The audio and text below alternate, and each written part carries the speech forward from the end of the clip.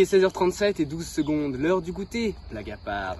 Bonjour chers téléspectateurs et bienvenue sur la chaîne d'information La France des Profils, le JT où l'on explore toutes les personnalités que nous retrouvons à travers notre beau pays. Aujourd'hui, un sujet qui concerne nos campagnes, la marginalité des espaces ruraux. Commençons par définir tout ça. La marginalité, qu'est-ce que c'est ? C'est le fait de se mettre en marge de la société, soit en refusant certaines de ses règles, soit en s'isolant. Elle est donc le fait des personnes concernées, même si certaines conditions sociales les y amènent. Nous allons voir ensemble plusieurs cas des personnes en marge, car les profils sont assez hétérogènes. Ils sont touchés par l'hyper-ruralité, des zones où les handicaps naturels et d'accès aux services publics et privés se cumulent et où rien n'est possible sans un accompagnement fort et spécifique de l'État. Ce sont les mots d'Alain Bertrand, sénateur de la Lozère, qui mentionne ce terme dans un rapport parlementaire en 2014. Certains sont victimes de traumatismes psychologiques dans leur ancienne vie et font le choix de se retirer loin de la société et de toute civilisation, une forme d'ermitage. D'autres, encore, se sont exilés de leur vie citadine pour venir s'installer à la campagne et gardent une certaine fidélité à la ville et parfois de la distance avec les locaux. Pour en savoir plus, nous retrouvons notre envoyé spécial sur le terrain, un des plus grands explorateurs de notre temps. Je veux bien sûr parler de Steve McAmmon.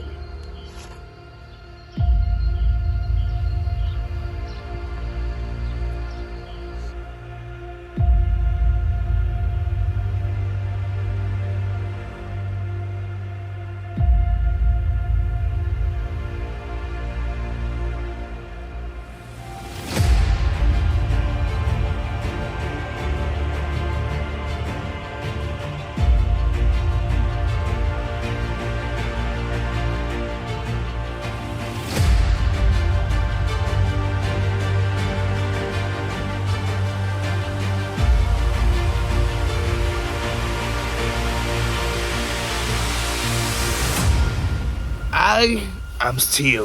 Bonjour, c'est Steve. Aujourd'hui, on va voir en quoi la marginalisation des espaces ruraux accentue l'affaiblissement du lien social. Suivez-moi, je vais vous montrer quelque chose.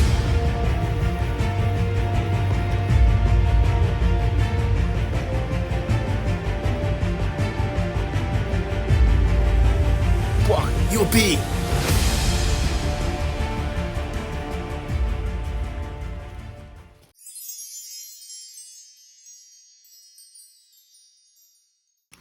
Nous approchons d'un profil qui nous intéresse.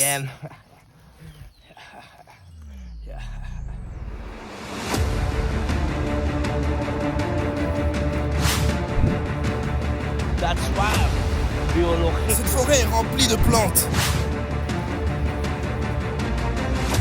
De nombreux facteurs marginalisent les espaces ruraux qui ne sont pas ou peu affectés par la mondialisation. L'accès à la santé et au commerce sont compliqués. Accéder aux villes pouvant permettre de subvenir à ses besoins est de plus en plus compliqué sans voiture. Les ruraux sont donc de plus en plus isolés et mis à la marge de la société. C'est vraiment une situation critique. Heureusement que je suis là pour faire plein de choses.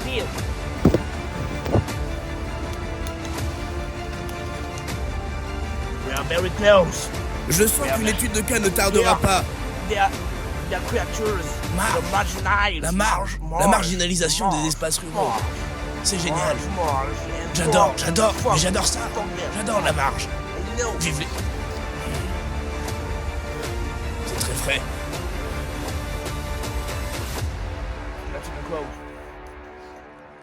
C'est pour ce matin, je crois. Oh, ici. Regarde, ces traces de pas. Very fresh.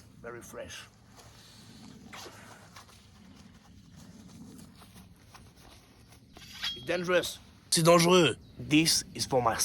C'est pour ma sécurité. Suis-moi.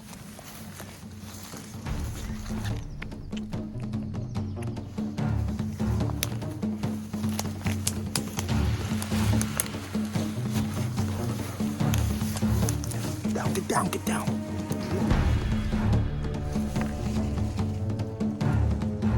He's here. Come with me, come with me.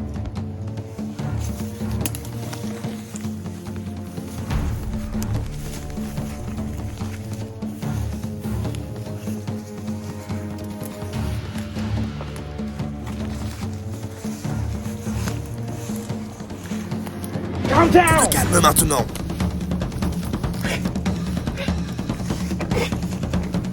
Oh shit! Il est armé d'une branche.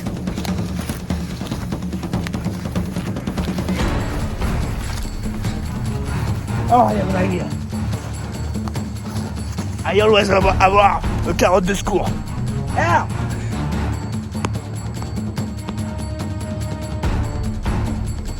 I think it's working on Ma stratégie a l'air de fonctionner.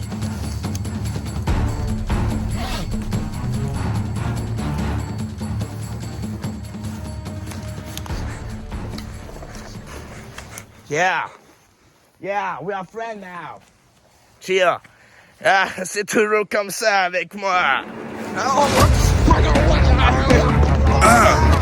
Oula! Malandrin! Il est complètement marginalisé.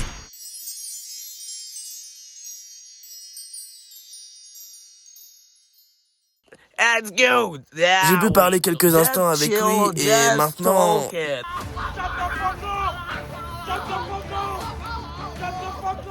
Nous partageons vraiment de la franche camaraderie. We are friends now.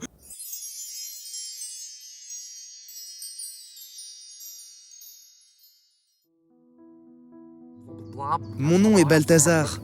J'ai entre 7 et 77 ans et vis reclus en campagne profonde dans un style de vie d'ermitage. We are friends now. We are friends. Car j'ai voulu me séparer de la société urbaine. En effet, j'ai subi plusieurs traumatismes durant mon ancienne vie en ville. J'étais ophtalmologue pour animaux We are friends now. We are friends. et ma vie était chargée.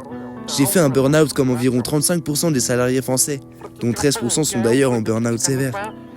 J'ai donc décidé de migrer en campagne profonde afin de me détacher entièrement de la ville, pour vivre dans une zone rurale reculée, comme environ 5% de la population française, selon une étude menée par le sénateur Alain Bertrand, ancien sénateur de la Lozère. Il est difficile de déterminer précisément le nombre d'ermites en France, car beaucoup vivent dans l'anonymat. Mais le chiffre total, en comptant les ermites sous la responsabilité d'un évêque, pourrait porter le total à environ 500 personnes en France.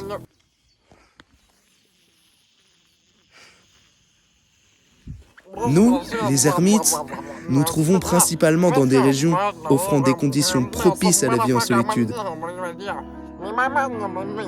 Par exemple, dans les régions méridionales comme le Tarn, qui offrent un climat clément et des paysages isolés. We are friends now. Bien que peu nombreux, nous incarnons une quête de solitude, souvent en réaction à des expériences personnelles ou à un rejet de la société moderne. Notre présence discrète témoigne d'une diversité de parcours et de motivations, allant de la recherche spirituelle à un besoin profond d'isolement.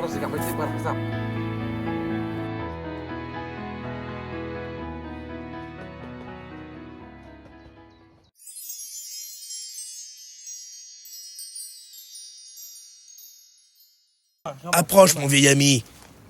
Si nous sommes chanceux, nous pourrions trouver un vrai fruit de ces terres, un natif de ces terres marginalisées, un fermier local. Look at the view.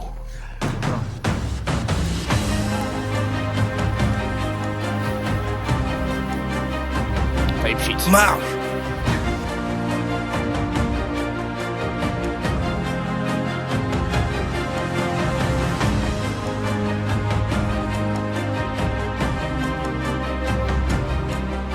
I learned that in Papua.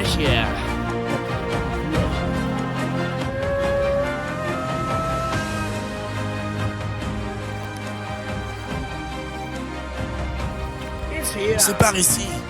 Suivez-moi.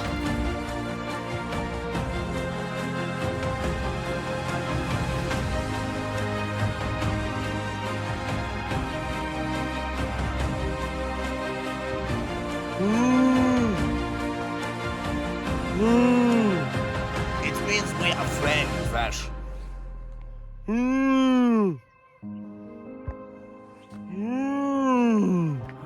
Smell. Nature.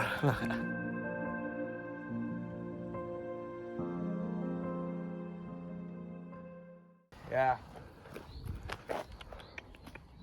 Here, Attends, et si fine. nous sommes chanceux, Come with me. on pourrait I trouver don't know. un vrai fermier local, pur produit de la marginalisation des espaces ruraux. Après, je ne m'avance pas. Give me a chance. Je ne suis pas voyant, quoi. Blague à part.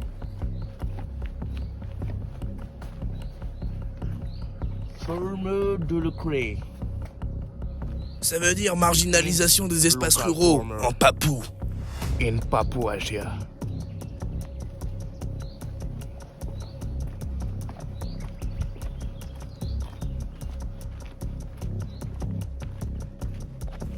Oh, regarde ici. Une trace de pas à l'air fraîche. Approche. C'est très terreux.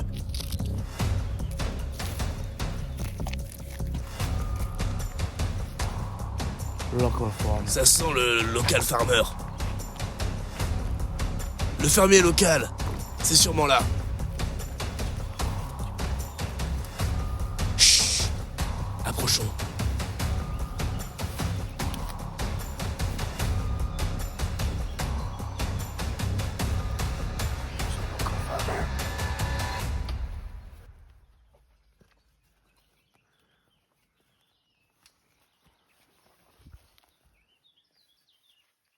Rémi Claude vit ici depuis sa naissance, comme son père et son grand-père avant lui. Malgré les progrès en matière de conditions de vie et d'accès aux services publics et privés, Rémi Claude ne semble pas en avoir profité. La marginalité peut s'expliquer par les limites de l'accès physique et numérique.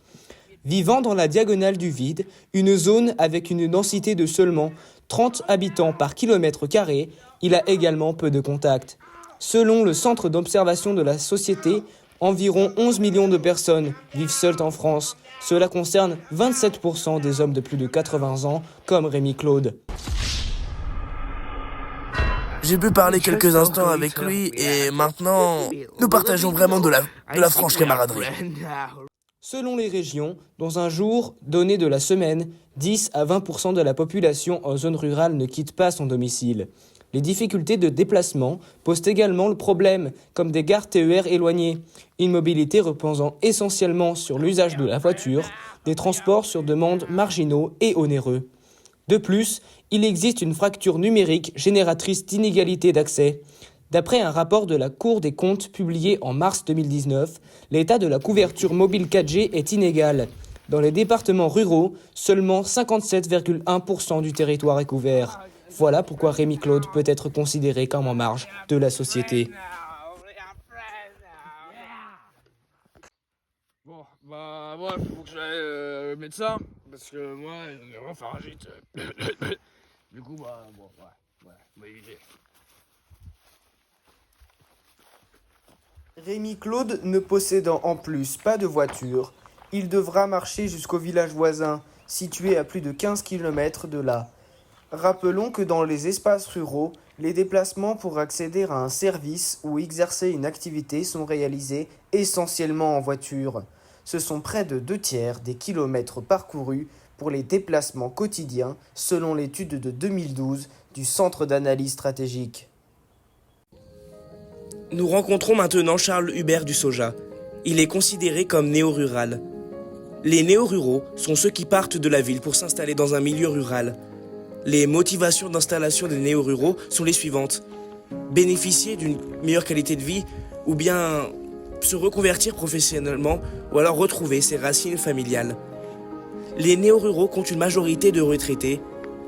Une distinction se fait entre ruraux et néo-ruraux, mettant ainsi en marge les ruraux locaux.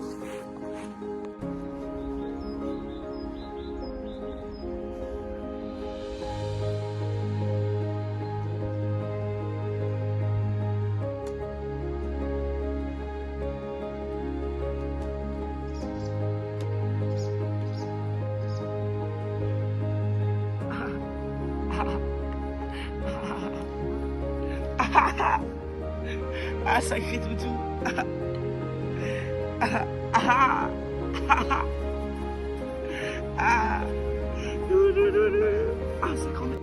Parlez-nous un petit peu de votre ancienne vie.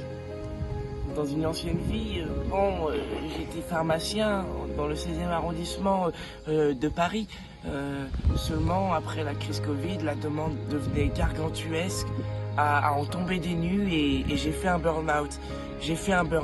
Et donc, je me suis installé ici, à Saint-Puan-la-Rhubarbe, pour mener une vie bien plus paisible et plus en accord avec moi-même et plus sereine surtout.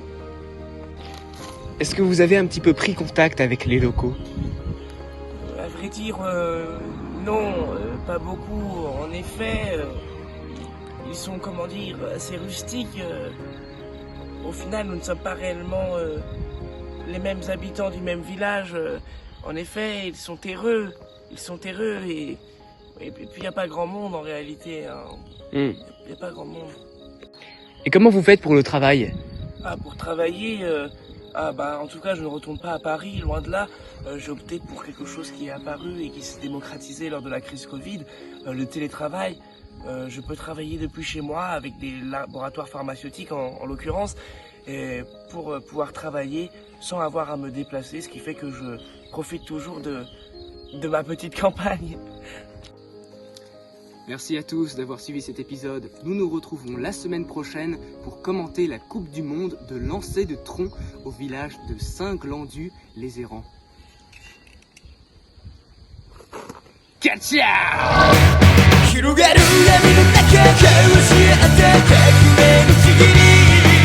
愛してゆえに芽生えた